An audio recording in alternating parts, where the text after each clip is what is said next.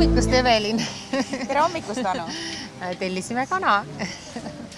Aga nali naljaks, tihti me arvame, kui me läheme restorani või kohvikusse või lounge'i, et toitume tervislikult, tellime salati kanaga või tellime grillitud kana või kala, no why not. Aga kuidagi on jäänud see tunne, et okei, et kui me sinna looma ja sealiha poole juba läheme, et siis see on nagu ebatervislik. Aga jääme täna ainult kana juurde. Mind üllatas tegelikult see, et sa just hetk tagasi ütlesid, kuule Anu, kana kanaks, aga kanaliha on ka täiesti erinev.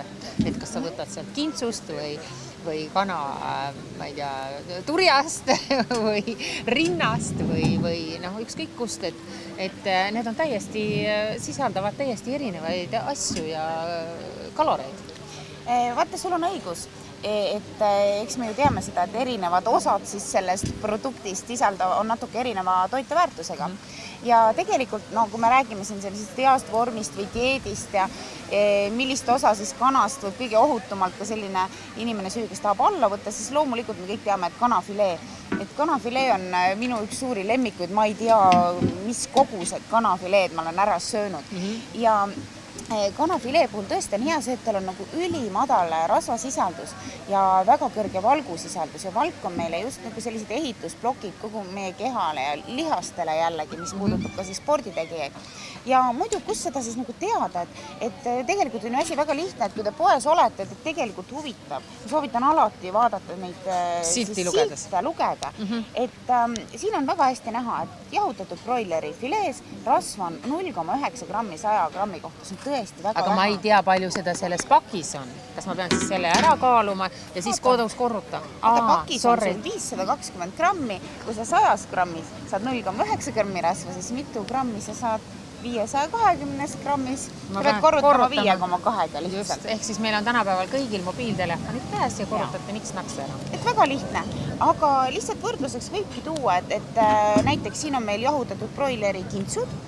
Ja siin me juba näeme pealt, et siin on rasva 13,7 grammi. Ehk et oluliselt suurem vahe, eks? Ma olen täiesti vastupidi arvanud, et kui ma võtan kintsutüki, siis see on nagu taisem ja seal on vähem rasvu kui selles rinnatükis. Rinnafilee broileri puhul on kõige ohutum variant, väga maitsev variant ja väga rasvavaba, tõepoolest. Et broileri kintsule, kui sa juba siia pakile peale vaatad, siis tegelikult miks see rasvasisaldus suurem on, me näeme siin peal on ju nahk. Et tegelikult, kui meil on ka need kanakintsud näiteks grillil või ahjus tehtud, siis kui me tahame ikkagi süüa ja saada vähem kaloreid ja vähem rasva, võtke see nahk ära pealt. Aga see nahk on kõige maitsev, kui ta läheb selliseks pruuniks ja krõbedaks, see on nagu imeline, aga nagu sa ütlesid, seal all rasvad on peidus. Aga tegelikult see on lihtsalt üks lihtne nipp, et jätke see nahk söömata ja ka sellest broileri kintsust saate lahjema variandi. Nii lihtne see oligi. Sööge kana, kõigepealt rinnafileed ja siis, kui ei taha juurde võtta ja kui teil kaaluga probleeme pole, siis võib kintsu ka süüa. Aitäh sulle, Evelin!